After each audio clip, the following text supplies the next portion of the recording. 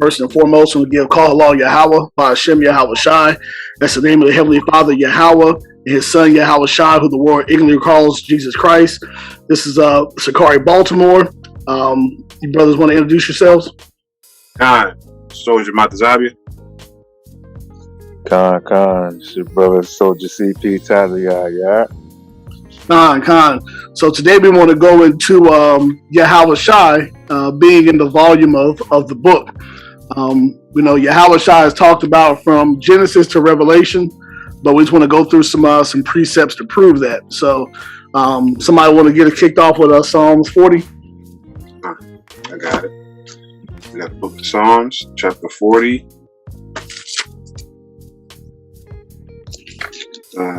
40 and verse 7. It says, "Then said I, Lo, I come in the volume of the book. It is written of me."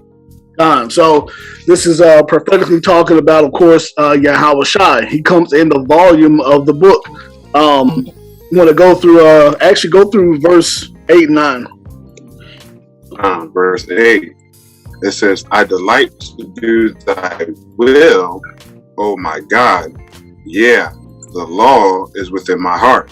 Verse 9. "I have preached righteousness in the great congregation. Lo, I have not refrained my lips. O Lord, thou knowest." So this is prophetically talking about Yahawashi. He's written of in the volume of the book. So you can't go into the Old Testament and say that there's not ever being spoken about a Messiah in the Old Testament. So a quick point on that is it says, "I delight to do thy will, O my God. Yeah, the law is within my heart," right? So the will of God is the law, statutes, commandments, right? And we know that Yahawashi, during his time on earth, he did the will of the Most High. He kept the law, statutes, and commandments perfectly. That's right. Right? So I just wanted to add that. You got anything, Taziat? Yeah, I got a precept. What you got? It's the book of 1 Peter, chapter 1, verse 10. It says, "Of which salvation the prophets have inquired and searched diligently, who prophesied of the grace that should come unto you." You feel what I'm saying? So that just lets you know that the prophets had to inquire and search diligently what they were searching. You feel what I'm saying? They were searching the so-called Old Testament. You feel what I'm saying? And that should come unto you for real. You feel what I'm saying? That's just more. That verse 11. Want to read verse 11?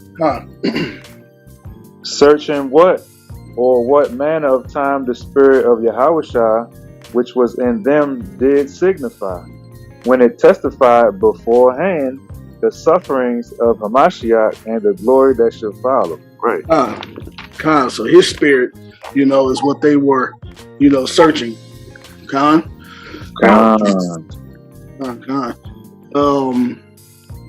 Let's hit Isaiah 53. Let's go ahead and start digging in there. All right, I got you. Isaiah 53 from the top. It says, Isaiah 53 and 1. It says, "Who hath believed our report, and to whom is the arm of the Lord revealed?" So the prophets, seeking and searching diligently, that the arm of the Most High is revealed, to them. It's not revealed to everybody, and Yahawashi is the arm, is the right arm, or the strength that the Most High uses. We can keep going. It says, "For he shall grow up before him as a tender plant, and as a root out of a dry ground. He hath no form nor comeliness, and when we shall see him, there is no beauty that we should desire him." Keep going. Verse 3, it said, "He is despised and rejected of men, a man of sorrows, and acquainted with grief. And we hid, as it were, our faces from him. He was despised, and we esteemed him not." Con. Read on. Con. Let me Let me read this real fast. This is Revelation 22:16. I, Yahawashi, have sent mine angel to testify unto you these things in the churches. I am the root and the offspring of David, and the bright and morning star. So there's that root right there. Huh? Right. So yeah, you keep going. Reading on, it says, verse 4, it says, surely he hath borne our griefs and carried our sorrows, yet we did esteem him stricken, smitten of God, and afflicted. Verse 5, but he was wounded for our transgressions, he was bruised for our iniquities, the chastisement of our peace was upon him, and with his stripes we are healed. Right. So it said he was bruised or wounded for our transgressions and bruised for our iniquities. We leave it to the Old Testament only brother, and he's going to tell you that that's not possible. You know, that's why they don't like going into Isaiah 53 at all. But right here it's telling you that somebody, and we know who this is. This is Yahawashi, who the world calls Jesus Christ. He was wounded for our transgressions and bruised for our iniquities. Right? Let's go to I got a precept. Yeah, go ahead. It's the book of 2 Samuel. That's where you ready to go at? Kyle, go ahead. You good? 2 Samuel 7:14. It says, I will be his father, and he shall be my son. If he commit iniquity, I will chasten him with the rod of men and with the stripes of the children of men. You feel what I'm saying? So that's basically going right back into it. Like you said, he was wounded for our transgressions and his, though. Right. Because in the regeneration, you know, he kind of went off as Solomon for real. Con. You know what I'm saying? So.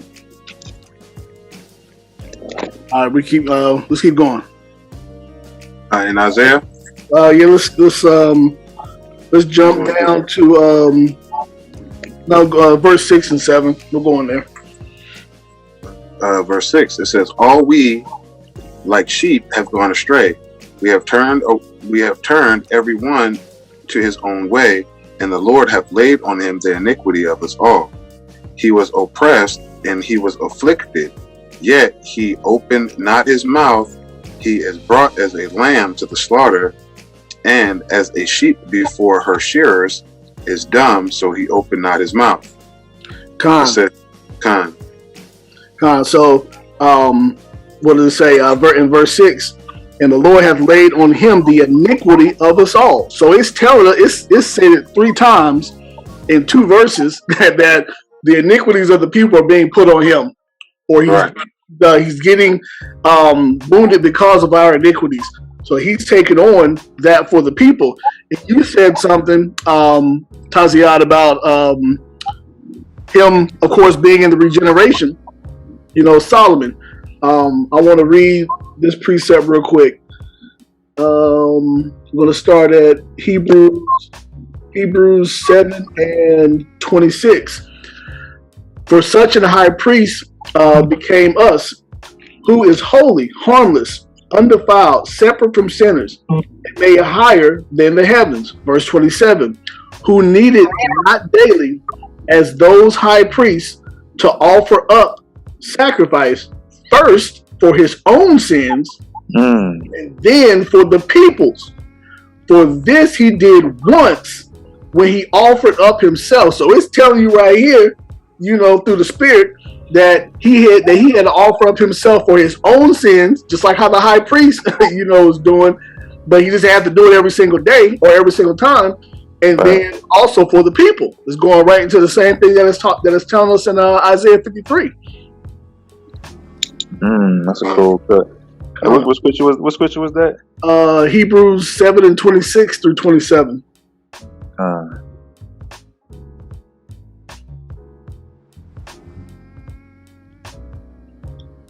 Kind of. Then back in Isaiah 53, you know, it said he was brought as a lamb to the slaughter, And what did the Most High tell Abraham? So I'll provide a land, right? You broke up a little bit, Matazabi. What'd you say?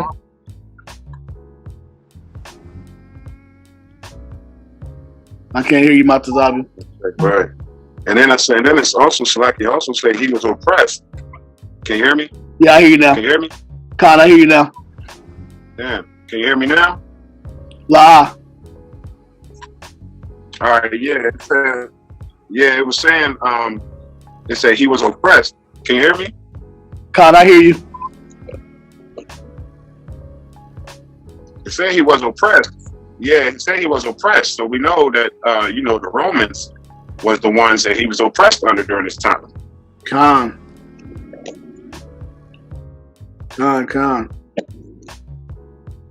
Y'all, who's anybody got any precepts? Or we want to keep rolling? We keep going. Let's go to Yeah, I got one. Good. Yeah, I got one. It said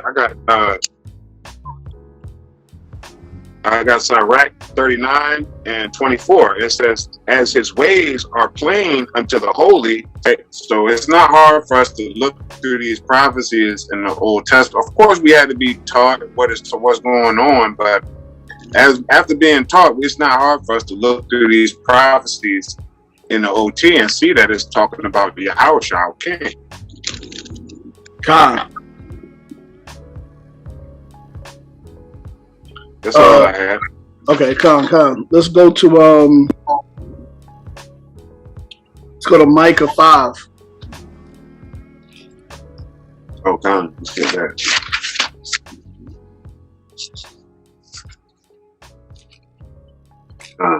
Bear with me. You good?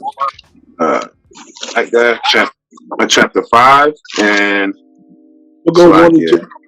Verse 4, huh?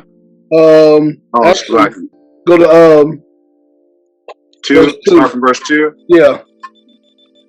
All right. It says, this is Micah chapter 5, verse 2. It says, but thou, Bethlehem Ephratah, though thou be little among the thousands of Judah, yet out of thee shall he come forth unto me, that is to be ruler in Israel, whose goings forth have been from old,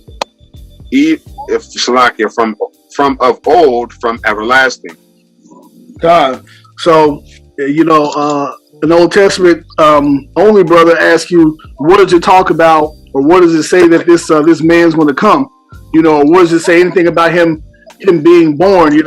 Saying, and then start trying to go into like Isaiah and saying, oh, that's not talking about Yahawashi, right? This right here is telling you, look, right here. But thou, Bethlehem Ephratah, though thou be little among the thousands of Judah, yet out of thee shall he come forth unto me, that is to be ruler in Israel. And, and they don't have no answer. Whose goings forth have been from old, from everlasting. So how is his going forth from old? He was the first creation of the Most High. The Most High created him, and then from there, everything else, was created, right? Right. That's Colossians 1 and 15. Can I bring that up? It says, it says, who is the image of the invisible God, the firstborn of every creature? For by him were all things created, that are in heaven and that are in earth, visible and invisible, whether they be thrones or dominions or principalities or powers. All things were created by him and for him. And he is before all things, and by him all things consist. Right? So people be simple and say, well, did he create himself? No. This is like, no, everything he was created, and then he did create it. You know what I'm saying? Right. I'm gonna pull this precept real quick. Isaiah 40 and 10.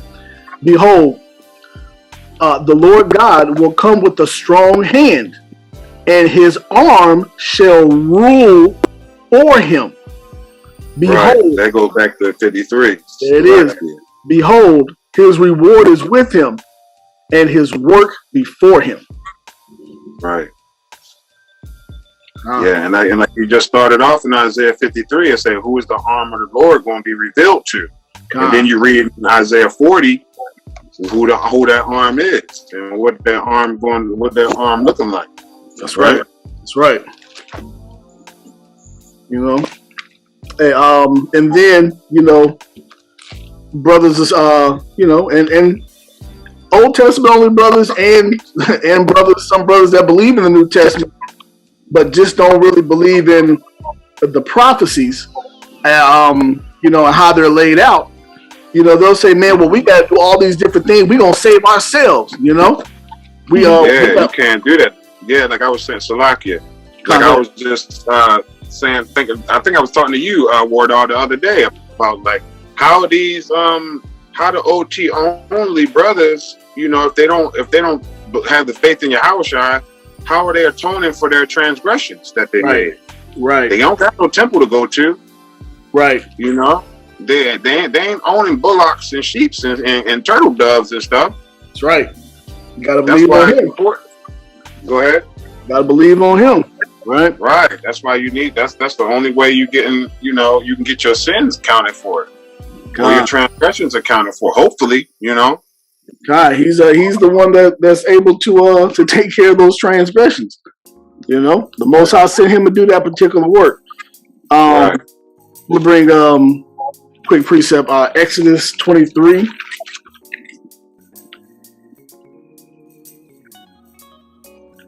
You was done with where we was at? I think we were in Micah, weren't we? Yeah, we was in Micah 5. Yeah, we done with that one. Oh, okay. So hit this Exodus 23 and 20. Exodus 23 and 20. Con. It says, Exodus 23 and 20, it reads, "Behold, I send an angel before thee to keep thee in the way, and to bring thee into the place which I have prepared. Beware of him and obey his voice.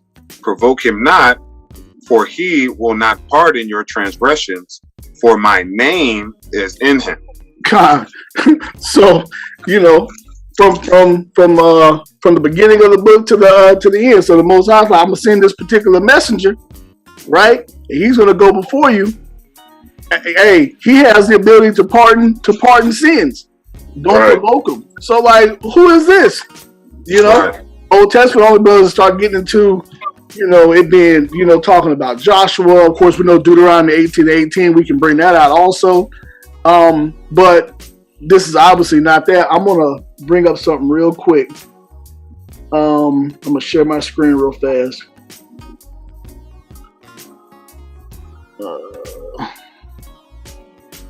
Let me see. I was just thinking about that Deuteronomy 18:18 too. Can y'all see the Bible? Yeah, I can see it. All right, I'm gonna bring up this word, angel. You can't make it bigger? I can make it bigger. I don't think you can. Yeah, I can't. I can make it bigger on my end. I can't make it no bigger on mine. I can see it. You can see it, but I just wanted to, when it goes into this, and of course, Malak, but that's throughout plenty of times throughout the Bible. We can see how many times it's used as angel, messengers, messenger, angels, ambassador, so forth and so on. This particular app that I use is called the eSword HD, but I like the fact that it has the ancient Hebrew, the Paleo Hebrew lexicon also.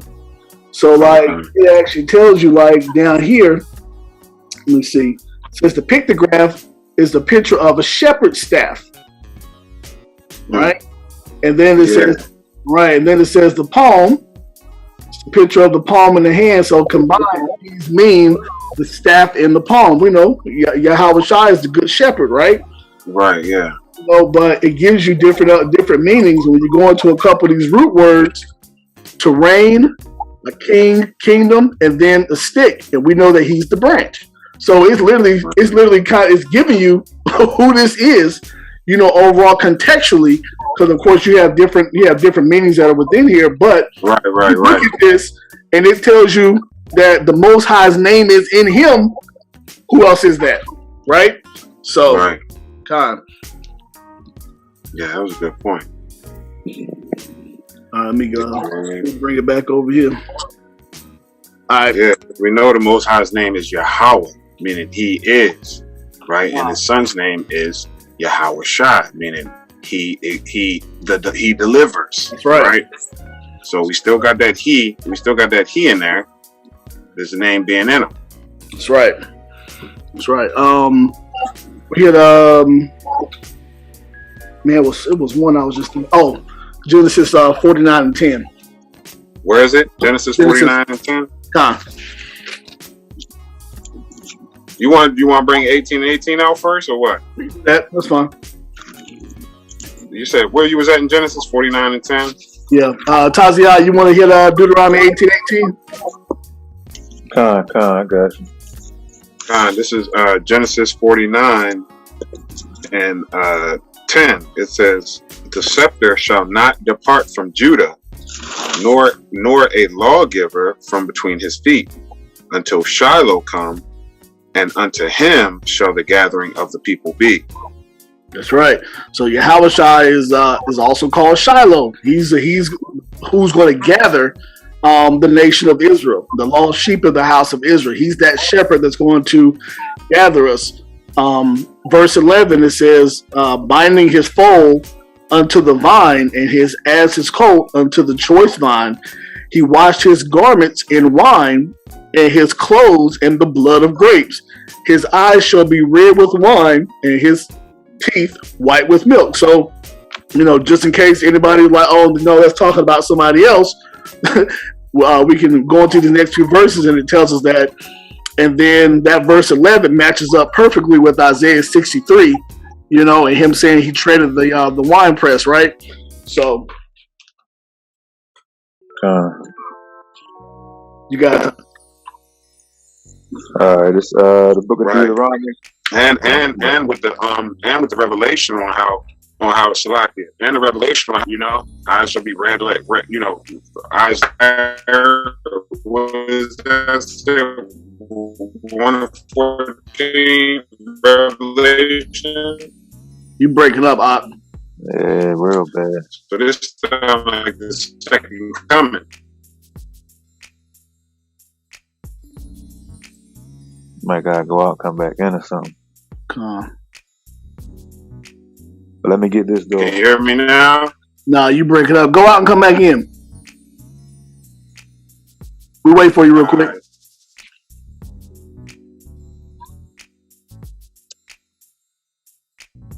While you do that, I'm gonna grab this door. It's Deuteronomy 18 and 18. It says, I will raise them up a prophet from among their brethren, like unto thee, and will put my words in his mouth, and he shall speak unto them all that I shall command him. That's right. So, Yahawashi, he didn't speak anything different than what Yahweh had already said. And he basically just radicalized the law, made us really think about the things that we were doing, and look at the spiritual applications of the law, showed us how to keep it perfectly. So he was teaching us, right? See if brother come back in here.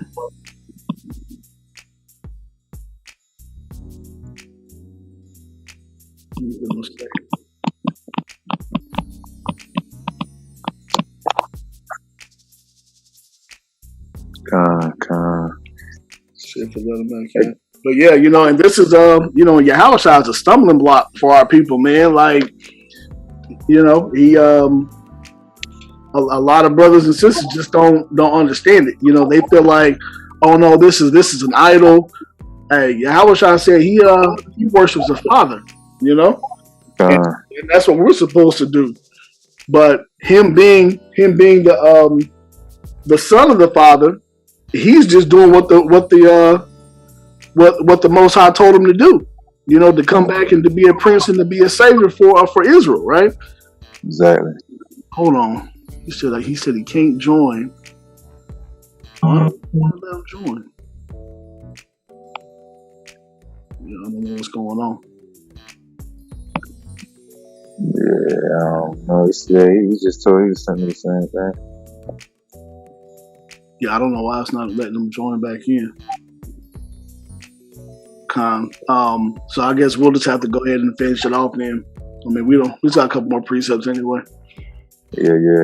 I got a precept on what you just said for real.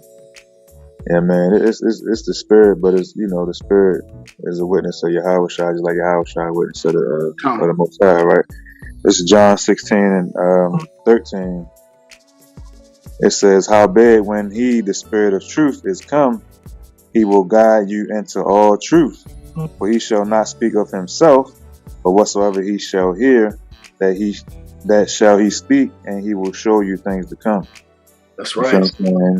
Right, like I said, like, you know, that's that's the so-called Trinity they be saying for real, because they on the same page. They like one for real. You feel what I'm saying? Like, right. You know, Yahawashi speak of Yahawah in the spirit. You know, speak of Yahawashi for real. That's right. Speak truth. You know what I'm saying? That's right. What was I going to say? We get Daniel 7 and 13. So I just got two more precepts. Daniel 7. You know, all these different precepts we brought out is showing you this thing of the Most High sending someone to do this. Right. You know? Exactly. Want to bring it out? Time, please. It's the book of Daniel, chapter 7, said 13. Daniel 7 and 13. Okay, it's the book of Daniel, chapter 7, verse 13. It says, "I saw in the night visions, and behold, one like the Son of Man came with the clouds of heaven, and came to the Ancient of Days, and they brought him near before him."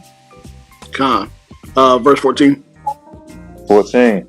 "And there was given him dominion and glory and a kingdom that all people, nations, and languages should serve him. His dominion is an everlasting dominion which shall not pass away, and his kingdom that which shall not be destroyed." Right. So, you know, people can't say that, hey, this is talking about David. We've already read that this Messiah is going to come out of the seed line, out of the lineage of David. You know, he's coming from that family, right? Right. So, and this right here is showing you that the Son of Man is coming to the Ancient of Days. And the Ancient of Days is giving him something. So whenever these arguments come up that there is no Messiah, and you know who the world knows is Jesus Christ, who we know his real name is Yahawashi, that he's not talked about in the Old Testament, and that he's not real, it's just way too many precepts, because the whole book is really about him. He has incarnations. He has different incarnations and different appearances, you know, inside of the Bible. And I mean, and brothers gotta, you know, well, I mean, the spirit is going to be put on the brothers who to be able to see it. Not everybody's going to be able to, you know, it's not going to be revealed to everybody. So, right. I got a precept on that though. Go ahead. It's the book of Jeremiah, chapter 23, verse 5. We ain't bring that out, did we? Say again? We ain't bring that out yet, did we? No, I don't think so. All right, Jeremiah 23 and 5, it says, "Behold," that's the spirit right there. "Behold, the days come, saith the Lord, that I will raise unto David a righteous branch, and a king shall reign and prosper, and shall execute judgment and justice in the earth." There it is. Right, that branch you're just talking about. Right. There it is. I got one to go right with it. Zechariah 6 and 12. "And speaking to them, saying, Thus speaketh the Lord of hosts, saying, Behold, the man whose name is the branch, and he shall grow up out of his place, and he shall build the temple of the Lord." Verse 13, "Even he shall build the temple of the Lord, and shall bear the glory, and shall sit and rule upon his throne. and he shall be a priest upon his throne, and the counsel of peace shall be between them both. So this is telling you that that this particular person, who is this branch, who we know is Yahawashi, he's going to have a throne. He's going to be a king and a priest. Of course, this is after the order of Melchizedek, right? Yeah. So, and when we were in Daniel 7:14, it said that he was, what was he given? That dominion, and that glory was given to him, right?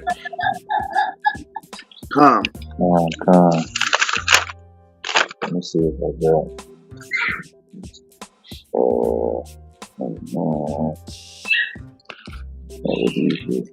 Oh yeah. Let me bring this out real fast. It's Second Esdras 7:29. I think that's what the brother was trying to go into.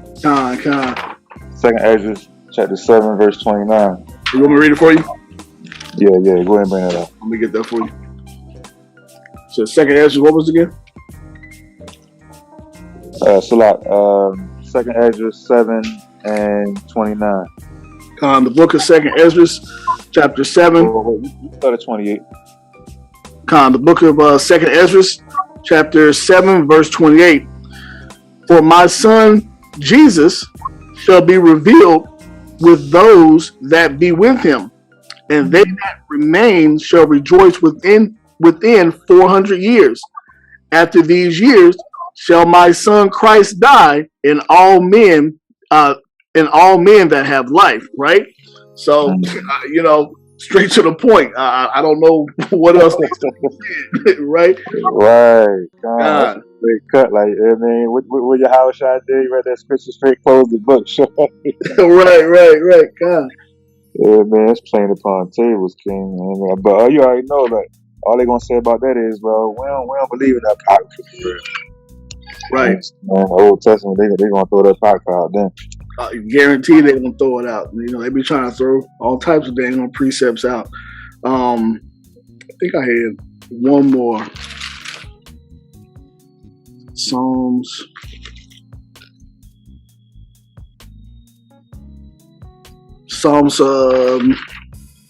22.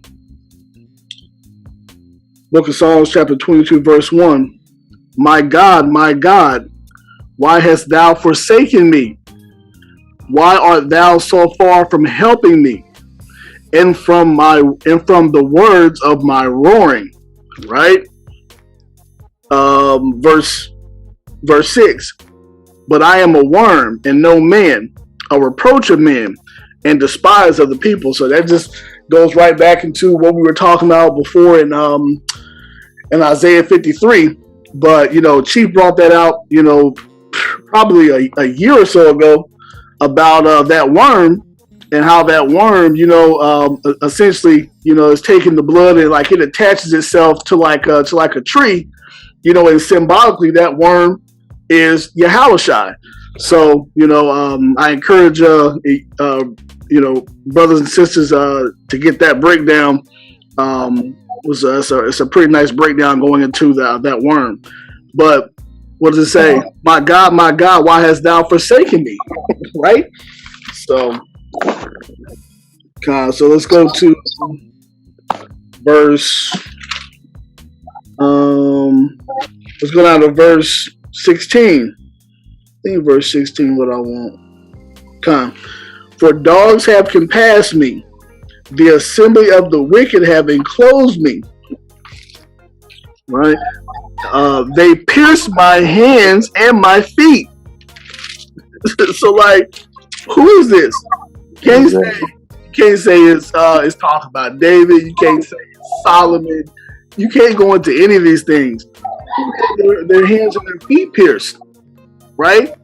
And this has got to be a lot of stuff that brothers have got to explain, and they can't explain it. And then this puts brothers that say the New Testament is not legit. It puts them into a corner right here. All these precepts do, not just one of them. Even verse 18, they parted my garments among them and cast lots for my vesture. It tells you that in Matthew 27, right? Matthew 27:35. Salakia, right? So, I mean, this whole book is prophetically has prophecies of Yahawashi all the way through it, but it's not going to be revealed to everybody. So, you got any more precepts, and I'm gonna close this out.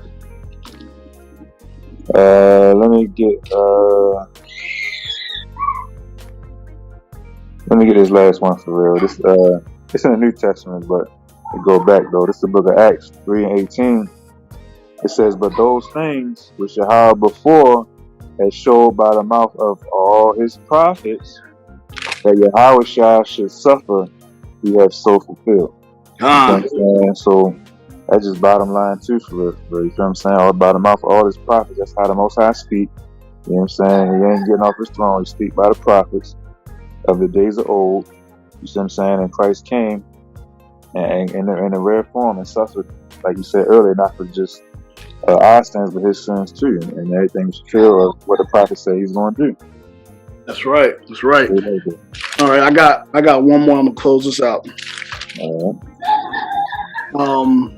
Revelation 19:10. Let's see. And I fell at his feet to worship him, and he said unto me, "See thou do it not. I am thy fellow servant, and of thy brethren that have the testimony of Yahawashi. Worship Yahweh, for the testimony of Yahawashi is the spirit of prophecy." So we just went into all these different prophecies, you know, and these prophecies, you know, that's the spirit of Yahawashi. I mean, with that, we give call hello Yahweh by Hashem Yahawashi and Shalom. That's what it is. Shalom, DTA. Shalom.